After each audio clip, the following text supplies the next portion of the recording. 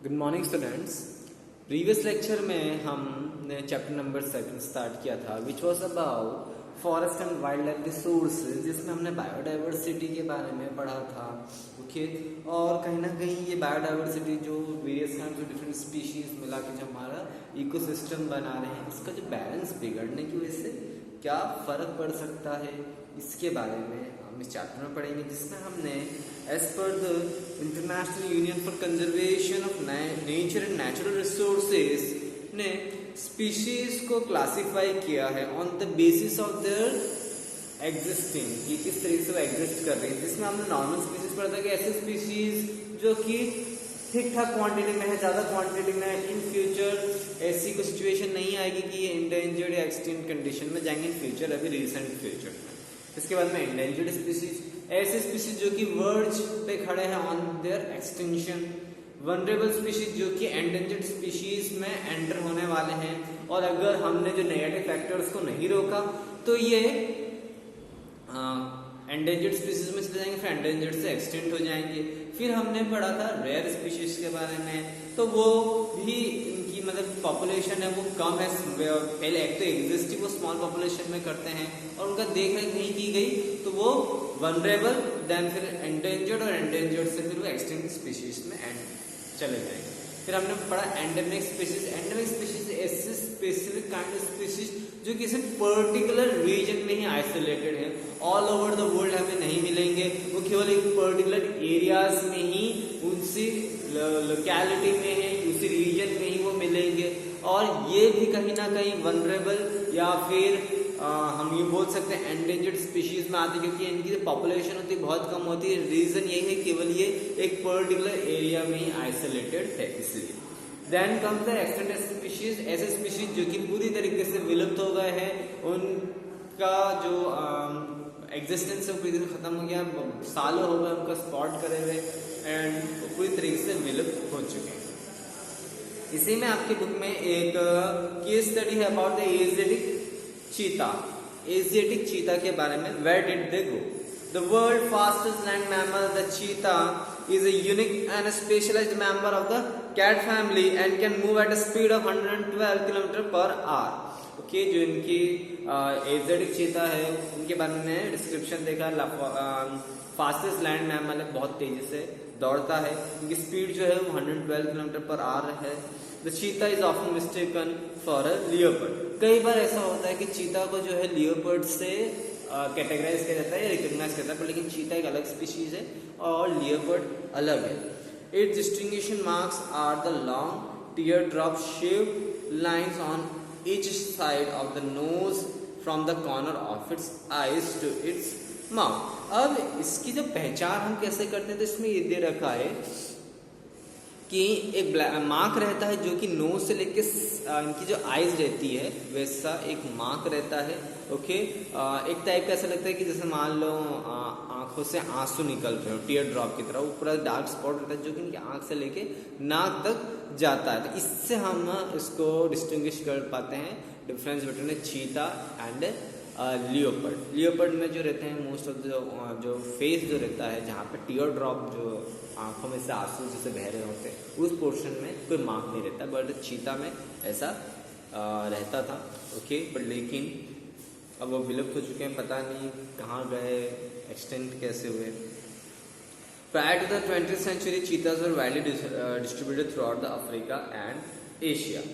अब प्रायर जैसे 20वीं सदी स्टार्ट, 20th century स्टार्ट, यानी कि 1900s वाले जो एरा है, जब वो स्टार्ट हुई तब बहुत ज़्यादा अमाउंट में पाए जाते थे, specially in the African and Asian nation. But लेकिन today Asian cheetah are nearly extinct. आज एशियाटिक चीता है वो वर्ज है on is extinction due to the decline available habitat and pray.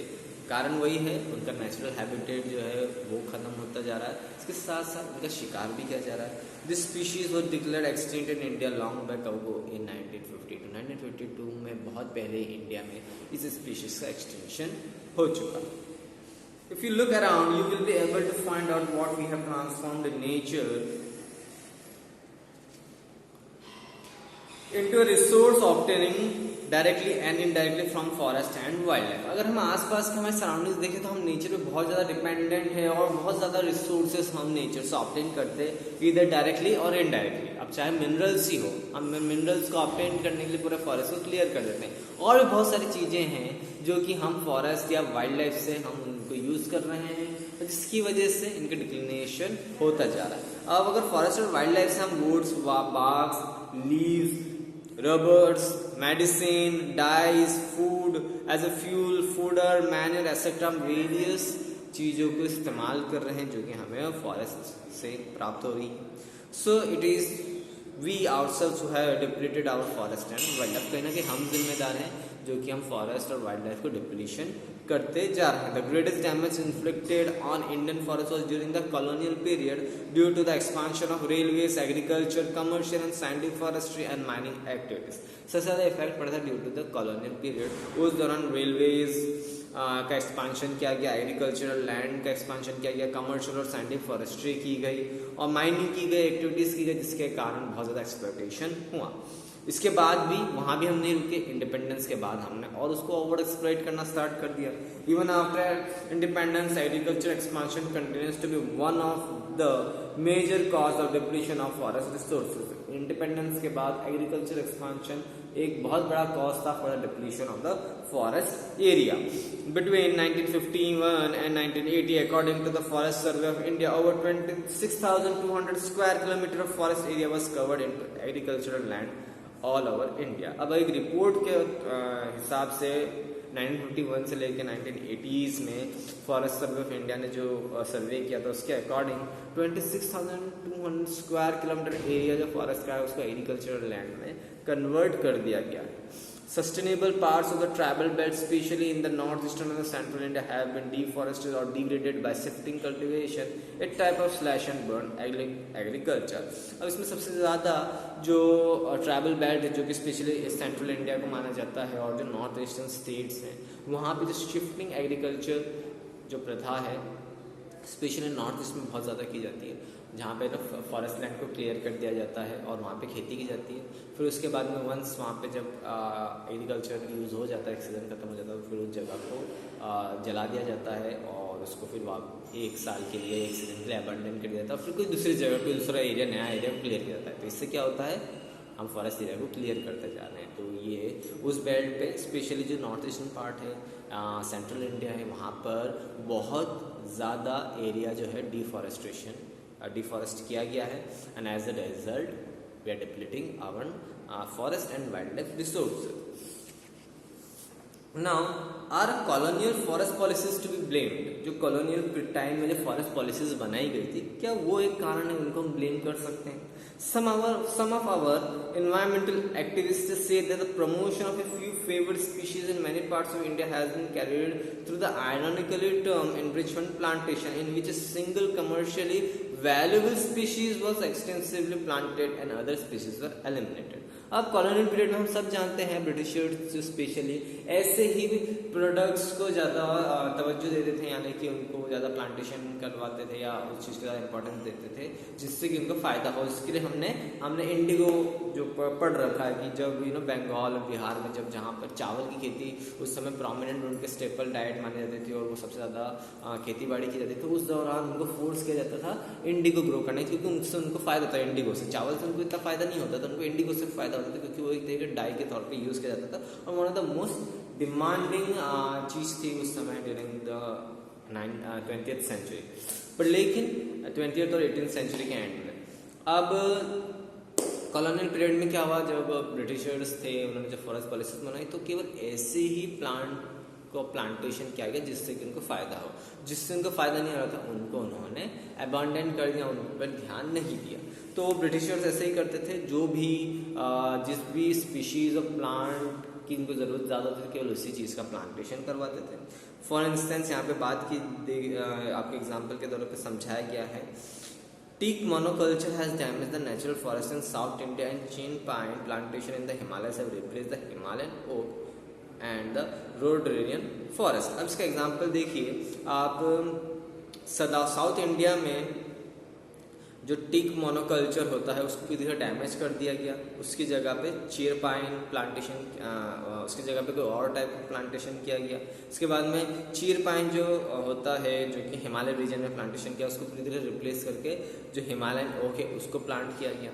तो कहीं ना कहीं ये जो हमने जो कॉलोनियल पीरियड में जो केवल स्पेसिफिक स्पीशीज को ही प्लांट करना जिससे कि उनको फायदा होता था, ये भी कहीं ना कहीं ये नुकसान, एक टाइप की उनकी पॉलिसी थी कि जो स्पीसीज काम की नहीं, वैसे प्लांट से काम के लिए उनका प्लांटेशन किया ही ना जाए और उनको रिप्लेस करके दूसरे प्लांटेशन किया जाए जिससे कि उनको फायदा हो सके।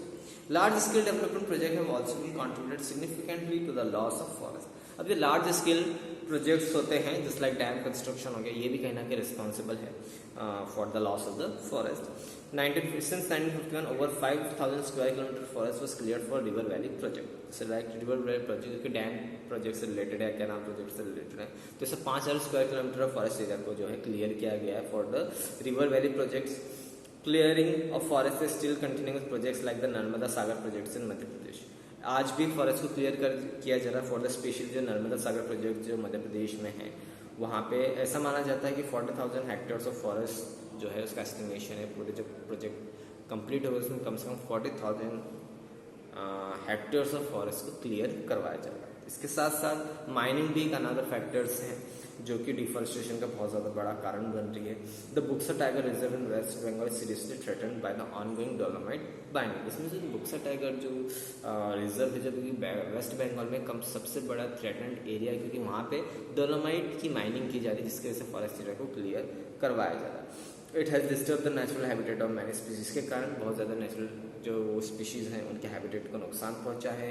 माइग्रेशन रूट जो है वो ब्लॉक हुए हैं, बिकॉज ऑब्वियसली बात है फॉरेस्ट होगा तो अदर जो जंगली जानवर है जो माइग्रेट करते हैं वो माइग्रेट करेंगे, जो पेड़ जो पक्षियाँ हैं बर्ड्स हैं वो माइग्रेट करेंगे, बट लेकिन जब फॉरेस्ट नहीं रहेगा तो माइग्रेट कैसे करेंगे। So it has blocked the migration of several other animals including the great Indian elephant। Obviously बात है फॉरेस्ट नहीं होता एलिफेंट कहाँ जाएंगे, तो कहीं ना कहीं ये एक बहुत बड़ा थ्रेटन है इन्वायरमेंट के लिए, हमारे फॉरेस्ट वाइल्ड लाइफ के लिए। Many foresters and environmentalists hold the views that the greatest degrading factors behind the depletion of forest are grazing and fuel food collection। अब कुछ environmentalist का ये भी मानना है कि एक और कारण जो होता है जिससे कि फॉरेस्ट रिसोर्सेज डिप्लीशन हो रही है कि जो हम ग्रेजिंग जो हम अपने कैटल्स को ग्रेज करवाने जाते हैं, ओवर ग्रेजिंग की वजह से भी डिफॉरेस्टेशन हो जाता है। इसके साथ साथ जो फॉरेस्ट से जो लकड़ी काटी जाती है for the purpose of for the use of as a wood as a fuel, तो इससे भी हम ज़्यादा ज़्यादा फॉरेस्ट काटेंगे, तो ये भी एक कारण बनता जा रहा है।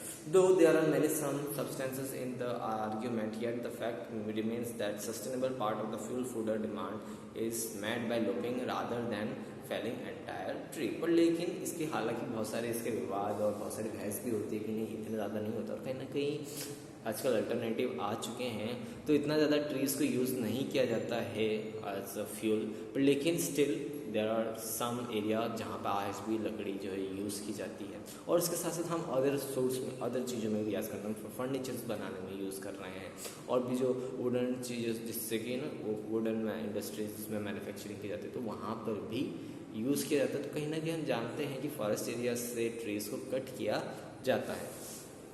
The forest ecosystem are repositories of some of the country's most valuable resources, product, minerals and other resources that meet the demand of rapid expanding industrial urban economy. ऐसे बहुत सारी जो कंट्रीज, एक देखिए फॉरेस्ट जो रिसोर्सेज होता है कहीं ना कहीं one of the most valuable resources माना जाता है, क्योंकि कहीं ना कहीं वो इंडस्ट्रीज को बूस्ट करता है, बट लेकिन अगर हम उसका ओवर यूज़ करना स्टार्ट कर देते हैं तो कहीं ना कहीं नेचर को हार्म पहुंचता है। This protected area does mean different things to different people and therein lies the fertile ground for the conflicts. कहीं ना कहीं फॉरेस्ट एरिया जो है फर्टाइल भी रहता है, तो इसलिए लोग चाहते हैं कि ज़्यादा से ज़्यादा एरियाज़ को कवर किया जाए और इनको एग्रीकल्चरल लैंड के तौर पे यूज़ किया जाए, तो जो कि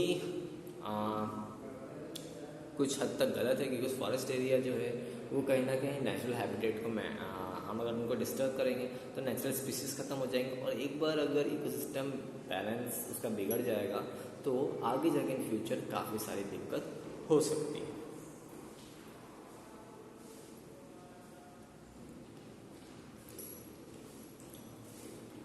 अब जो हम एक नया केस पढ़ेंगे अबाउट द हिमालयन यू, जो कि एक ट्रेबल में है, एक तरह की ऐसे मेडिसिनल प्लांट है जो कि कैंसर ट्रीटमेंट के लिए यूज़ की जाती है, बट लेकिन अब हम इसको ओवर एक्सप्लॉइट कर रहे हैं। तो इसके बारे में जान लेते हैं। The Himalayan you is a medicinal plant found in the various parts of the Himachal Pradesh and Arunachal Pradesh. Okay, Himalayan you जो है केवल 2 जगह पर पाया जाता है, एक हिमाचल प्रदेश और एक Arunachal Pradesh.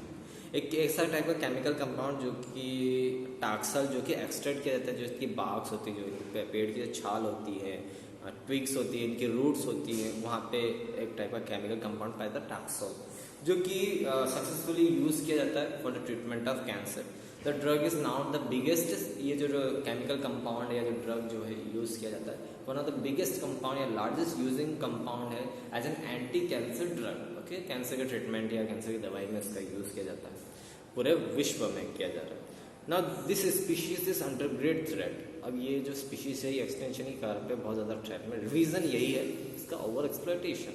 In the last 1 decade thousands of you trees have dried up. पिछले 10 सालों में हजारों ऐसे न्यू ट्रीज हैं जो कि पूरी तरह से सूख चुके हैं on the various parts of the Himachal and the Arunachal Pradesh. So हम यूँ नहीं कह रहे हैं कि नेचर से हम यूज़ नहीं कर सकते, बट लेकिन उसकी हद होती है। अगर हम उसको एवर एक्सप्लॉइट करेंगे तो ऑब्वियस सी बात है उसके जो आउटकम्स होते हैं वो ज़्यादा डिजास्टर्स हो सकते हैं। अब क्या होगा अगर ये पूरी तरह से ट्रीज जो है पूरी तरह से खत्म हो जाएंगे, तो हमें जो एंटी कैंसर ड्रग जो कि one of the biggest use treatment के तौर पे जो हम यूज़ करें वो अब खत्म हो जाएगा, फिर हम क्या ट्रीटमेंट कर पाएंगे, क्या चीज़ें कर पाएंगे। सो कहीं ना कहीं हमें जो रिसोर्सेस हैं उनका एक सस्टेनेबल यूज़ करना है। Habitat destruction, hunting, poaching, over exploitation, environmental pollution, poisoning and forest fires are the factors which have led to the decline in the India's biodiversity. Habitat को डिस्ट्रक्ट करना और वैसे होता है अर्बनाइजेशन हो गया, एग्रीकल्चर एक्सपांशन हो गया, इसकी वजह से हंटिंग, पोचिंग मतलब तस्करी करना, फॉरेस्ट प्रोडक्ट्स की शिकार करना, ओवर एक्सप्लॉइट करना, इन्वायरमेंटल पोल्यूशन हम कर ही रहे हैं। इसके साथ साथ कभी जंगलों में आग लग जाती, कहीं ना कहीं इससे हमारे इंडिया की जो बायोडाइवर्सिटी काफ़ी हद तक डिक्लाइन हुई है। Other important causes of environmental destruction are unequal access, inequitable consumption of resources and differential sharing of responsibilities for environmental well-being। और भी other resources हैं, over exploitation करना, एक्सेस जो है अनइक्वल है, कोई इंसान ज़्यादा यूज़ कर रहा है, कोई कम कर रहा है। इसके साथ साथ एक जो रिस्पॉन्सिबिलिटी है एज एन एनवायरमेंटल वेल-बीइंग की वो ख़त्म होती जा रही है। Over population in third world country is often cited as the cause of the environmental degradation। और कहीं ना कहीं जो ओवर पॉपुलेशन हो रही है, जो पॉपुलेशन बढ़ती जा रही है, ये कारण बन रहा है फॉर द environmental degradation।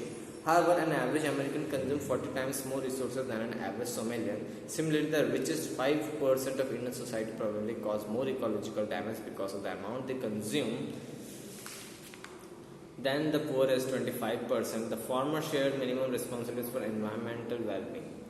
तो कहीं ना कहीं ये बताया गया है कि जो एवरेज अमेरिकन तो 40 गुना ज़्यादा रिसोर्सेज यूज़ करते हैं, फॉरेस्ट रिसोर्सेज करते हैं, फॉर द एवरेज सोमेलियन, जो कि ना एक हम ये बोल सकते हैं एक डेवलप कंट्री और एक अंडर डेवलप कंट्री के बीच में यहाँ पर डिफरेंस बताया गया।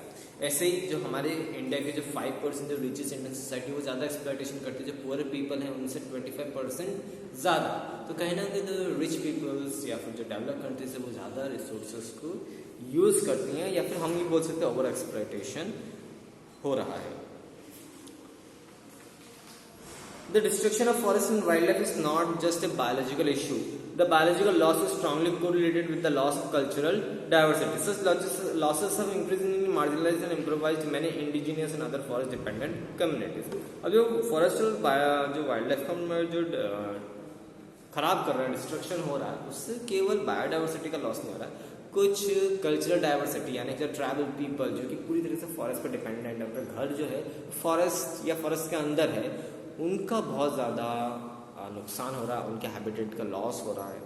ओके, और जो ऐसी कम्युनिटीज जो पूरी तरह से फॉरेस्ट पे डिपेंडेंट है, उनका जो लाइवलीहुड है वो भी बहुत ज़्यादा डिस्टर्ब हुआ है, जो कि वेरियस कंपोनेंट्स ऑफ फॉरेस्ट और वाइल्ड लाइफ पर डिपेंडेंट रहते हैं for their food, for their drink, for their medicine, for their culture, spirituality जो उनकी मान्यता रहती है, फॉरेस्ट को एज देवी देवताओं के तौर पे पूछते हैं, ये सब उनका पूरी तरीके से खत्म होता जा रहा है। Within the poor, women are affected more than men. In many societies, women bear the major responsibilities of collection of fuel, food or water and other basic subsistence need. इसमें जो वुमेन है वो सबसे ज़्यादा इफेक्टेड, क्योंकि बहुत सारी societies में होती है वुमेन जो होती है वो फॉरेस्ट में जाती है, वो सभी लकड़ी हो गया, जो भी फूड आइटम्स हो गया उसको लेकर आती हैं.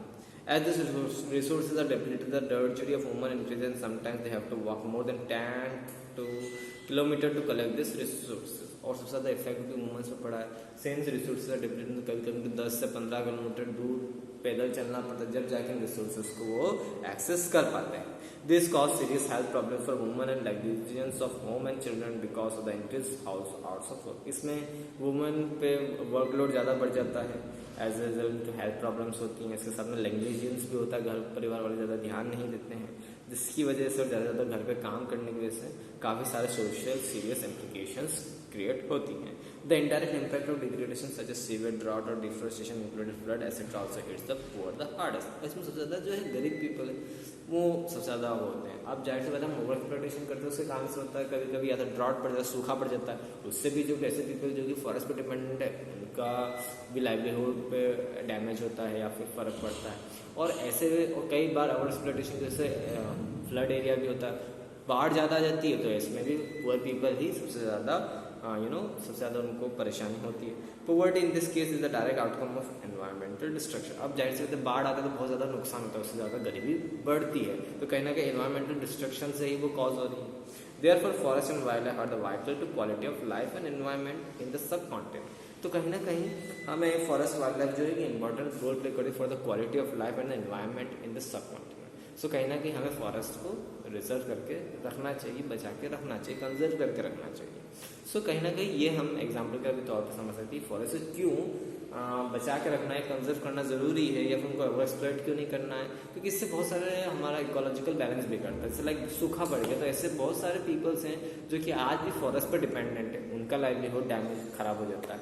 और ओवर एक्सप्लॉइटेशन की वजह से फ्लड सिचुएशन भी बनती है. फ्लड ज़्यादा आ गया तो बहुत सारे पीपल्स के घर, खेती बाड़ी सब नुकसान हो जाता है, तो उससे वो और गरीब हो जाएंगे.